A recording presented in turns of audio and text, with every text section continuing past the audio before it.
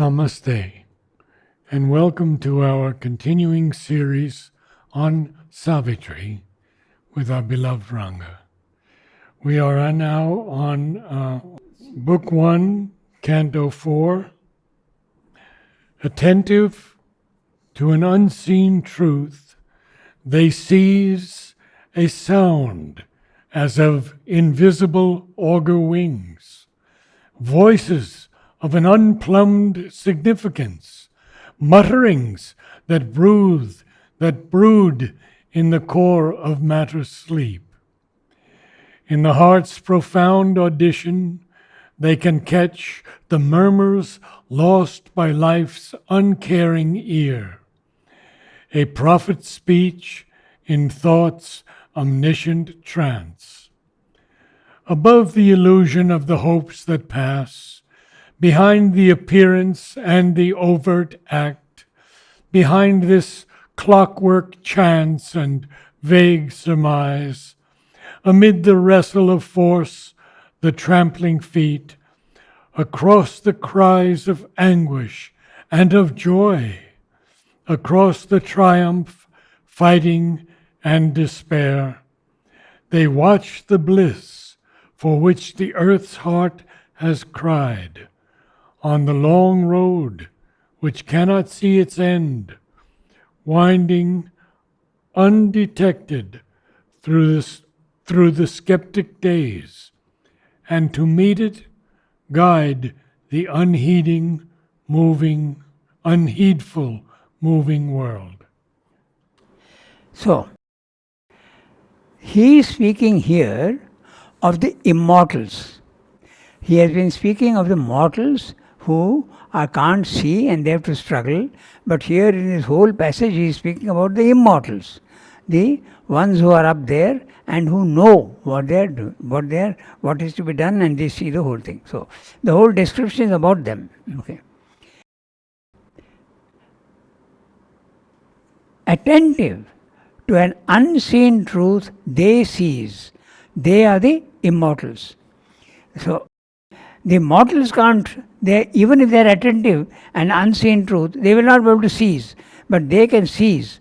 Attentive to an unseen truth, they seize a sound as of invisible augur wings. The augur is a portend, an omen. So, I don't know if it is wings. So, a sound as of invisible augur wings, as though the wings are portending something, they are an omen. Okay. Voices, he is comparing that to a voice. Voices of an unplumbed significance, deep significance, unplumbed significance. So all these they are catching. Human beings can't catch. Mutterings that brood in the core of matter's sleep. Even these mutterings they can understand. In the heart's profound audition, they can catch the murmurs lost by life's uncaring ear. So, that which life's uncaring ear is our condition. Okay, we can't hear. But in the heart's profound audition, they can catch. So, there are subtle sounds, and there is what Srinivas calls the inner ear. It's very interesting about Arjava's poetry only. In one place he says that at beginning I thought that the rhythm was not right. And then he says, I went and I saw that with my inner ear there was nothing wrong with the rhythm. So there is the outer ear and there is the inner ear, the subtle. So that's what he's saying. In the heart's profound audition, the capacity to hear things, they can catch the murmurs lost by life's uncaring ear. What we can't hear, mortals, the immortals can hear. Does the inner ear catch the poetry as it comes down? Yes, that's right. Sometimes you just are a channel, it just comes down like that. Yeah. So, murmurs lost by, and note the word mutterings, murmurs, they're not clear indications. They're just suggestions coming through. Like where the portents, the omens, okay, very clear. Murmurs, mutterings, okay. So then, what else can they catch? A prophet's speech in thought's omniscient trance. This also they can catch. Above the illusion of the hopes that pass, behind the appearance and the overt act, the appearance is the forms in the physical world. The overt act, events in the physical world. Behind the clockwork chance and vague surmise. The clockwork chance, everything in time, and vague surmise. Surmise, guesswork. Yes, Yeah. yes. Vague ideas, not very clear ideas. Amid the wrestle of force, the trampling feet, across the triumph, fighting and despair, they, Across the cries of anguish. across the triumph, fighting and despair. No, the cries of anguish. Just a line above So that's what I thought, that there was a line missing. Very good. So, tell me the line. Across the cries of anguish. Oh, just 1 second. Interesting. This is the first edition. The later ones, they've looked at the manuscript and then found some. So he's going on saying the same thing with different images and repetition. This is an epic. He doesn't need to be very reticent about his words. He is expressing, going. Or even concise. Yeah, he need not be tight. Yeah. He's expanding the idea. So, across the cries of anguish and joy. And across- of joy.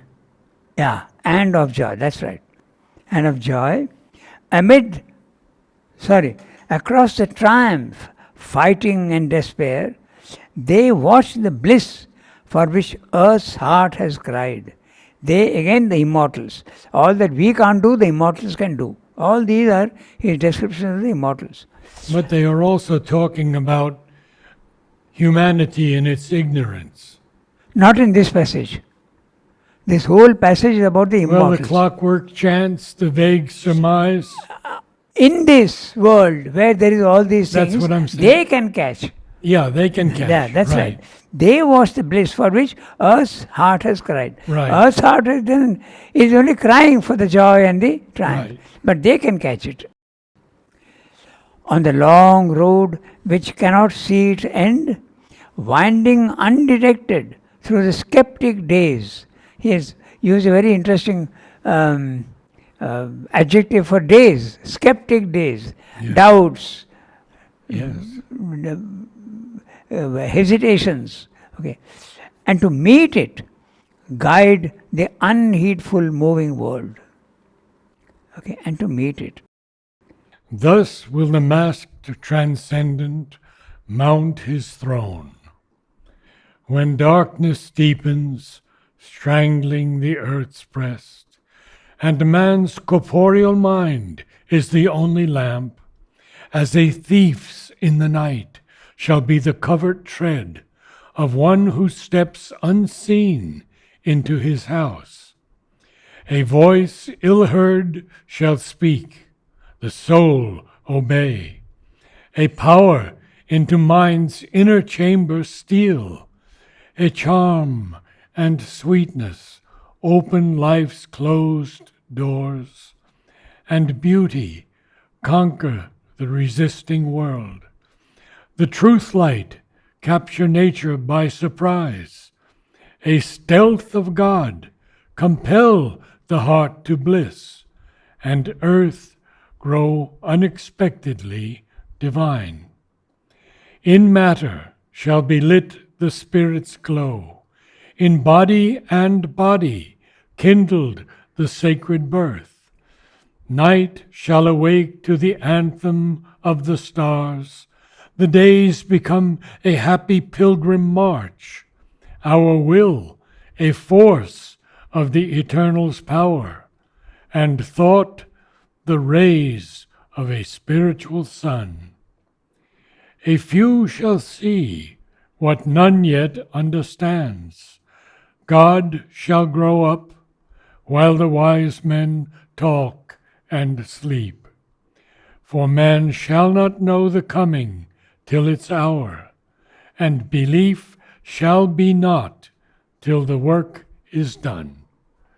These are some of the most famous passages Yes. which are quoted everywhere, these two. Yeah. And Mother has selected them also for the painting and music. So, this is his forecasting the supramental descent and the race. The whole thing is that. Thus will the masked transcendent mount his throne, when darkness deepens, strangling the earth's breast, and man's corporeal mind is the only lamp. The corporeal mind, I should actually finish the whole thing, but we have to explain also. So, corporeal mind is the physical mind, the Yes, manas, absolutely. the Yes. sense mind. So, Yes. it's available only to the animals. And the mass transcendent is capitalized T. Yes. Mass transcendent, mount his throne. The mass transcendent, again the immortals. He's talking of the immortals only. Mass transcendent, mount his throne, when darkness deepens, strangling the earth's breast, and man's corporeal mind is the only lamp, as a thief's in the night shall be the covert tread.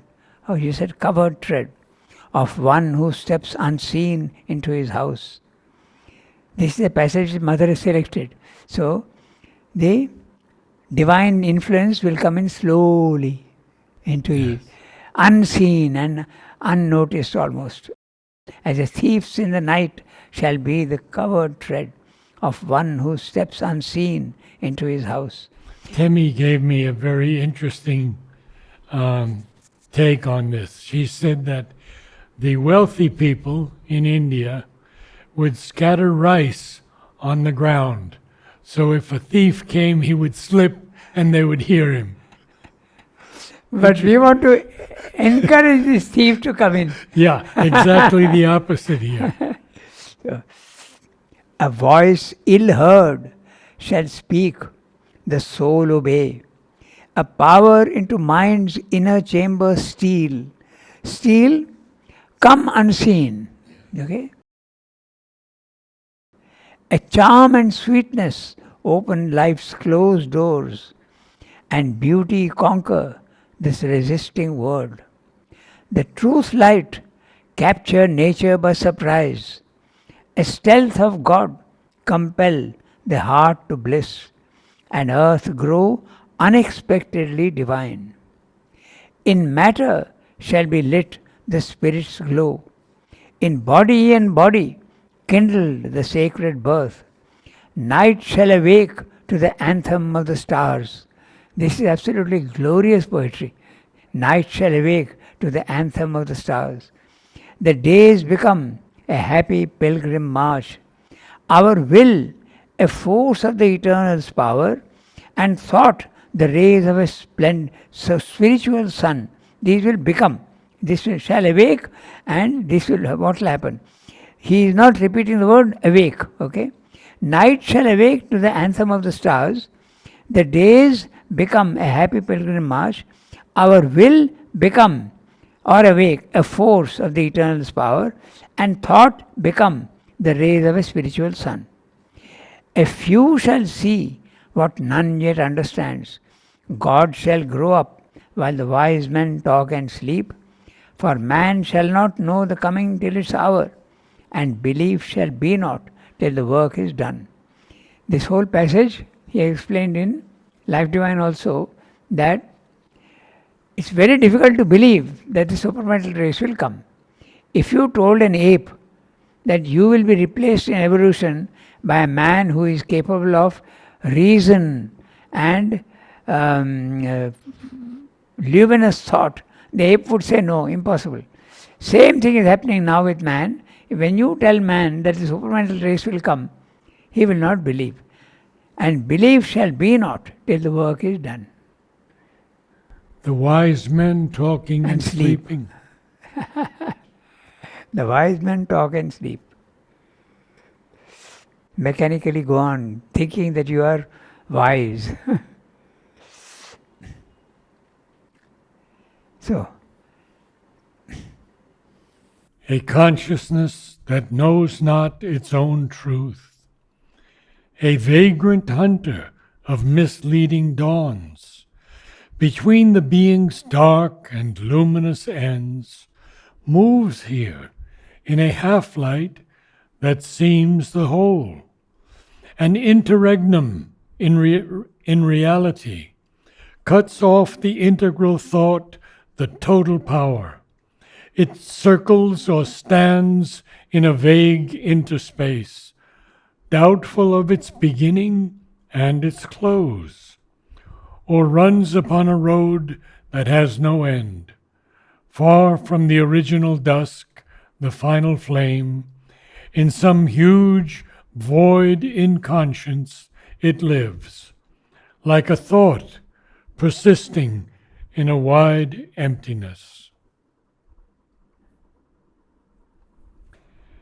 As if an unintelligible phrase suggested a million renderings to the mind, it lends a purport to a random world, a conjecture leaning upon doubtful proofs, a message misunderstood, a thought confused, missing its aim is all that it can speak, or a fragment of the universal word. It leaves two giant letters void of sense, while without sanction turns the middle sign, carrying an enigmatic universe, as if a present without future or past, repeating the same revolution's whirl, turned on its axis in its own inane. Thus is the meaning of creation veiled.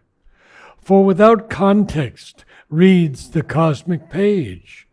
Its signs stare at us like an unknown script, as if appeared screened by a foreign tongue, or code of splendor signs without a key, a portion of a parable sublime. fantastic images he has used here all through.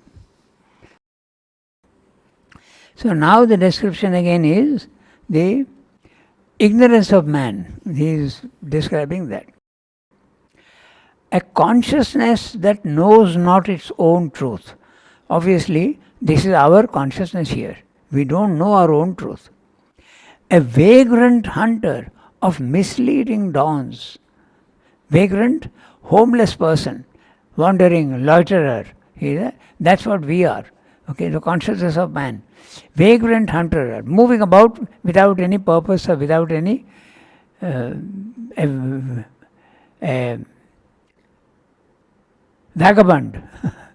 That's what it is. Vagrant. But misleading dawns.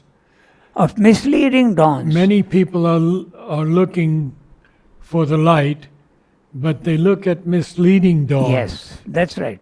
The dawn, they feel that they have come to something, but it misleads you. Okay. Between the being's dark and luminous ends. So, between the being's dark and luminous ends, we are in the middle. Now, Srimno says that man is in the middle of the spirit and matter. He has come halfway. He is not absolutely ignorant, nor is he fully luminous in his knowledge. So, and the dark is the inconscient, and the luminous end is the consciousness, the superconscient. Moves here. Now, all these are verbs to consciousness. So you have to go on repeating consciousness moves, consciousness cuts, consciousness circles, stands. Then you will understand the passage. Mm-hmm. He doesn't repeat the subject. Often he doesn't repeat the word, the verb. But here he is not repeating the subject. So, a consciousness that knows not its own truth, a vagrant hunter of misleading dawns, between the being's dark and luminous ends, moves. So this consciousness is moving between spirit and matter. Yes. That's what he's saying. Here, in a half light that seems a whole. An interregnum, in reality, an interregnum is a gap. So it's a gap between the two. Okay, so cuts off. So consciousness cuts off the integral thought, the total power. It circles or stands in a vague interspace. Interspace again in between the two. Doubtful of its beginning and its close. It's the reality. Okay? Doubtful of its beginning and its close. Or runs upon a road that has no end. Consciousness is running again upon a road that has no end. Far from the original dusk and final flame.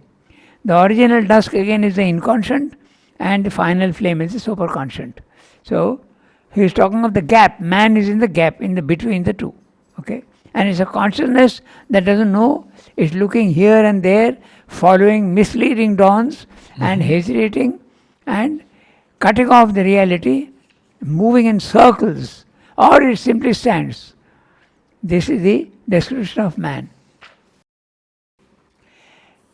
In some huge void inconscience it lives, like a thought persisting in a wide emptiness, as if an unintelligible phrase suggested a million renderings to the mind. It lends a purport to the random world, a conjecture leaning upon doubtful proofs. So you make a guess and you make a conjecture, and your doubt proofs are not at all very sure. So this is also the process of science. A message misunderstood, a thought confused, missing its aim is all that it can speak.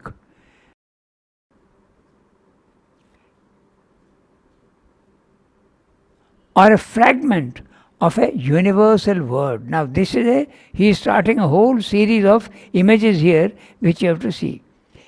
The universal word, okay, it's a word. He has used this image elsewhere also. And or a fragment of a universal word, it leaves two giant letters void of sense. The two giant letters, inconscient and the superconscient. So and the word is in between. Okay, the letters are here and there, and the word is in the physical world. Fragment of a universal word. We are in the middle, and it's only a fragment of the word. Universal word, right from top to bottom. He's saying it's a word, and there's a final word and a lower word, and we are in the middle. That's the image he is using. Very interesting. It leaves two giant letters void of sense, while without sanction turns the middle sign, carrying an enigmatic universe as if a present without future or past. Now again he is going to use another phrase, another image. As if a present without future or past. That means again in the middle.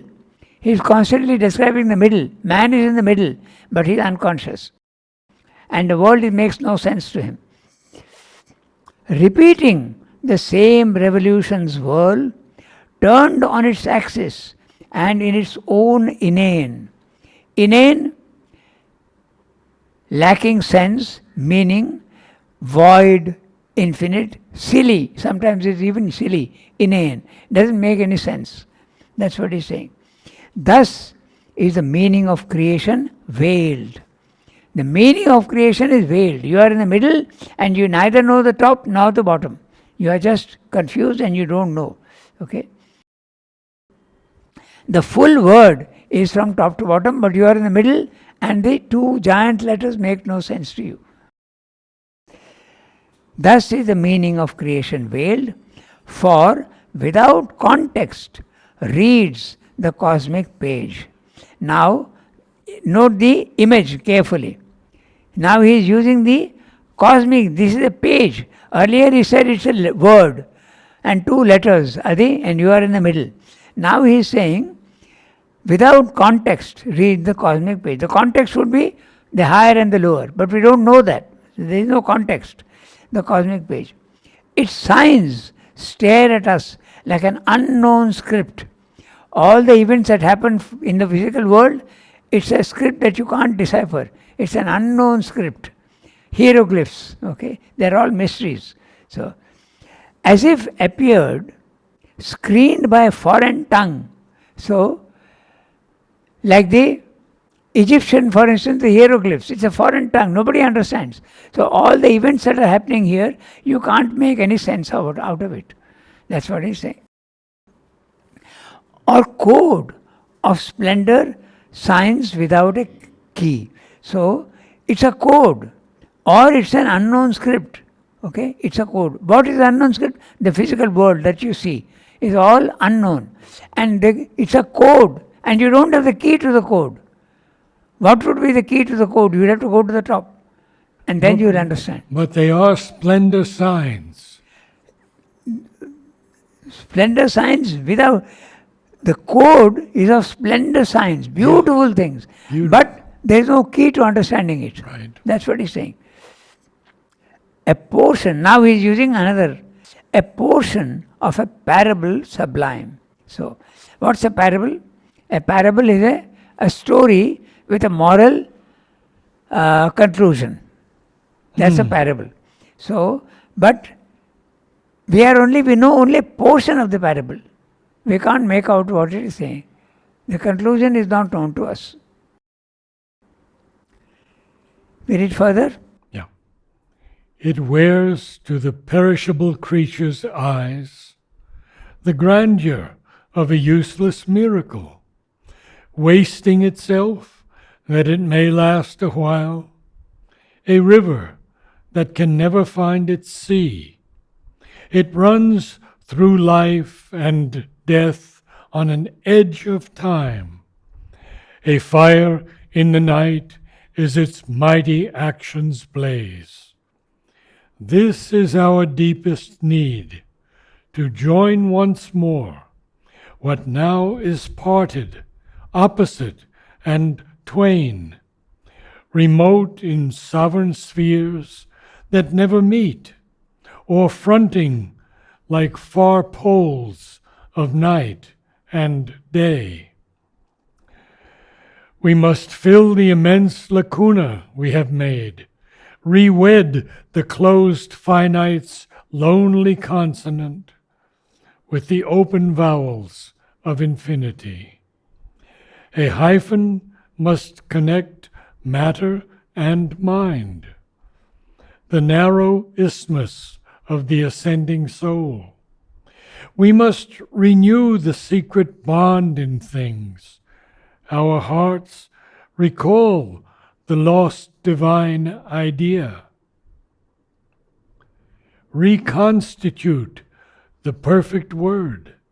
Unite the Alpha and the Omega in one sound. Then shall the Spirit and nature be at one. So this is exactly what he is describing throughout. He is now carrying on the subject to other. We are in the middle. We neither know the night nor we know the day. But we have to do that. We have to join the two. That's what he's saying. Marrying the soil to the sky, like he says in the God's labor. So the whole passage is that. We have to know both. A portion of a parable sublime. It wears to the perishable creature's eyes. The perishable creature's eyes, human eyes, okay, they are perishable. The grandeur of a useless miracle. The miracle is there. If you look at it, everything seems to be a miracle. Okay, how does the mud produce a lotus? It's a miracle how it happens. How does the most luscious fruits and food come out of mud and stone? This is what he's saying. Everything is a miracle. Okay? And if you look carefully at all the creatures and all that, it's absolutely miraculous how things happen. So that's what he's saying. It's a miracle, But it seems useless. What is the purpose? That's what he's saying. We don't see the purpose unless we see the two ends. We are in the middle and we are not seeing the word nor the total phrase. These are the words he is using, the images. Wasting itself that it may last a while, a river that can never find its sea. The river is the individual and the sea is the universe. So this is the image he is using. It runs through life and death on an edge of time. A fire in the night is its mighty action's blaze. This is our deepest need to join once more what now is parted, opposite and twain. So the remaining part of what we are going to read is exactly this. How to join the twain, spirit and matter. Okay? This is our deepest need to join once more what now is parted. Spirit and matter seem to be different, but they have to be opposite and twain. Twain is archaic, it means two. Yeah. So the two have separated, spirit and matter. Now we have to reconstitute and make them one again. Harmonize the two. Remote in sovereign spheres that never meet, or fronting like far poles of night and day. Night inconscient and day the superconscient. We must fill the immense lacuna we have made. Okay? Man has created this lacuna. In nature there is no such lacuna. The lacuna is the gap, the missing part. We must fill the immense lacuna we have made, re-wed the closed finites, lonely consonant. Now he is using another image. The lonely consonant with the open vowels of infinity. The consonants by themselves will not be able to give you a sound, an articulate sound. You need vowels to give a sound to it. So it's a very interesting image he is using. Only if you put consonants, you can't pronounce it. But if you put vowels in it, you can pronounce it and find the meaning of it. Okay?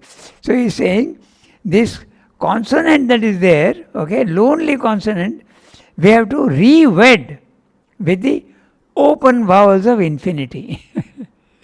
We have to find the meaning of this physical world by joining the two.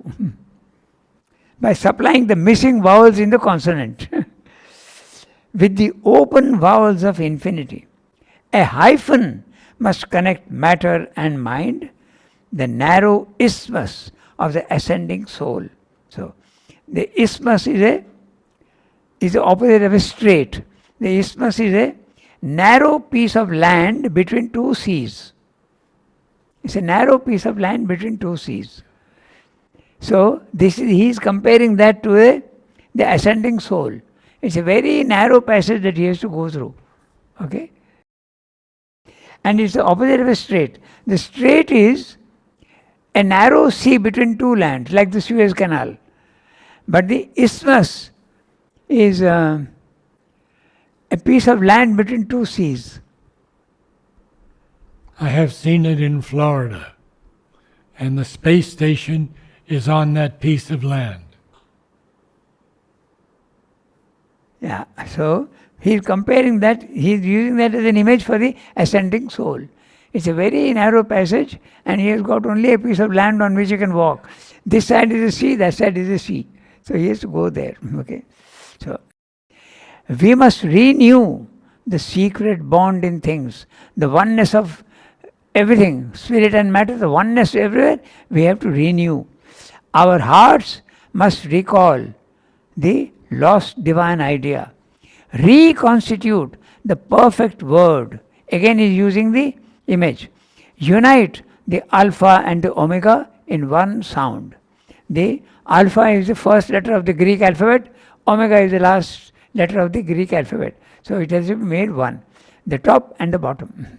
So then shall the spirit and nature be one.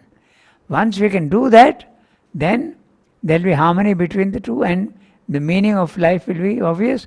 The meaning and the purpose of evolution will become clear. Otherwise, it's something that makes no sense, inane, a useless miracle. Two are the ends of the mysterious plan.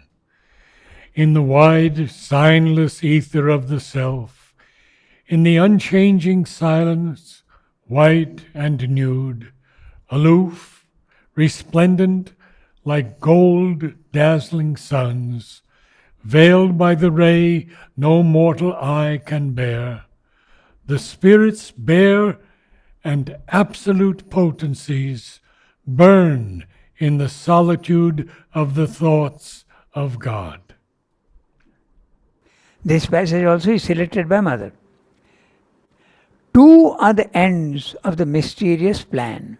Again the same, spirit and matter, superconscient, inconscient, are the mysterious plan. In the wide, signless ether of the self, he is describing the experience of the self. Signless, featureless.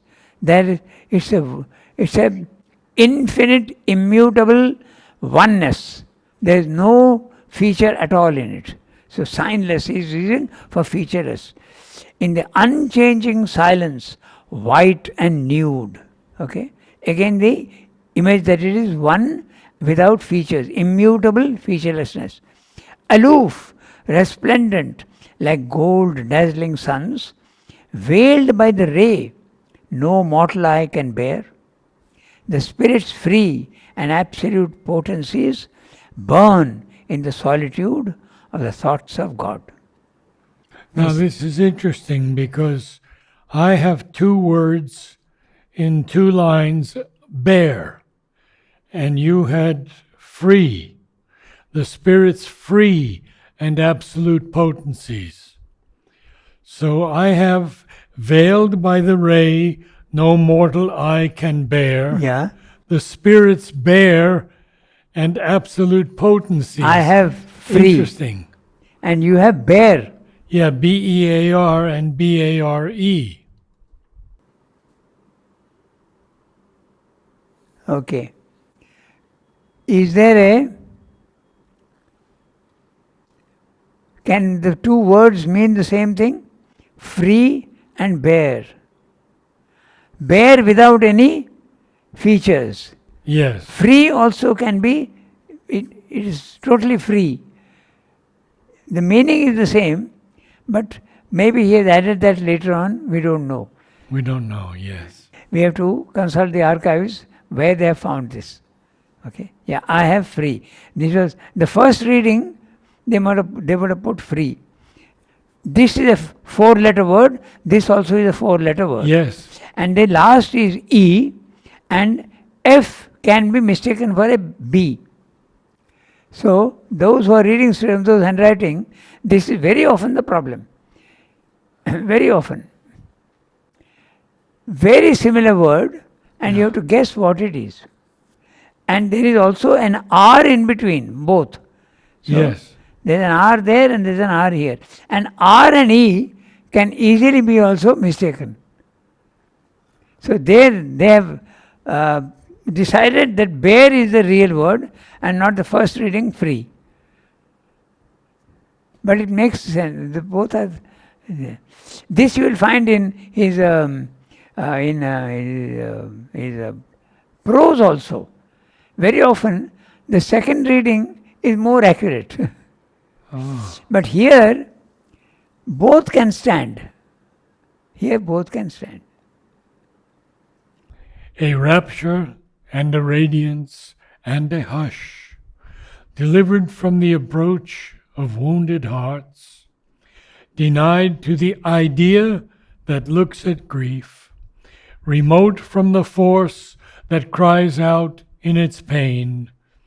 In his inalienable bliss they live.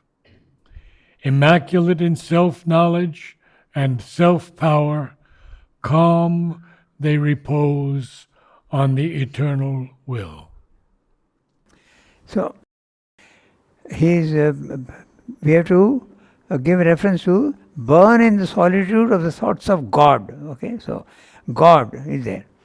A rapture and a radiance and a hush, delivered from the approach of wounded hearts. This is not possible for the human being. Rapture is ananda, radiance is light, and a hush is the silence. Okay, so delivered from the approach of wounded hearts, denied to the idea that looks at grief. So And this that's is, an interesting line. yeah, the rapture and the radiance and the hush are denied to the idea that looks at grief. If you are looking at grief in the lower plane, the rapture and the radiance and the hush will not be allowed to you. That's what he's saying. An idea in all cap. Yes. Denied to the idea that looks at grief. Remote from the force that cries out from its pain. The force that cries out in its pain is in the physical world. Okay? But that is remote. The rapture and the radiance and the hush are remote from this place. In his inalienable bliss, they live. His gods. Inalienable bliss, they live. Who? Rapture, radiance, and hush, they live in God's remote, inalienable bliss. You have to see very carefully the grammatical structure also. Okay, we can stop there. immaculate in, Yeah, we had two more lines. yeah, immaculate in self-knowledge.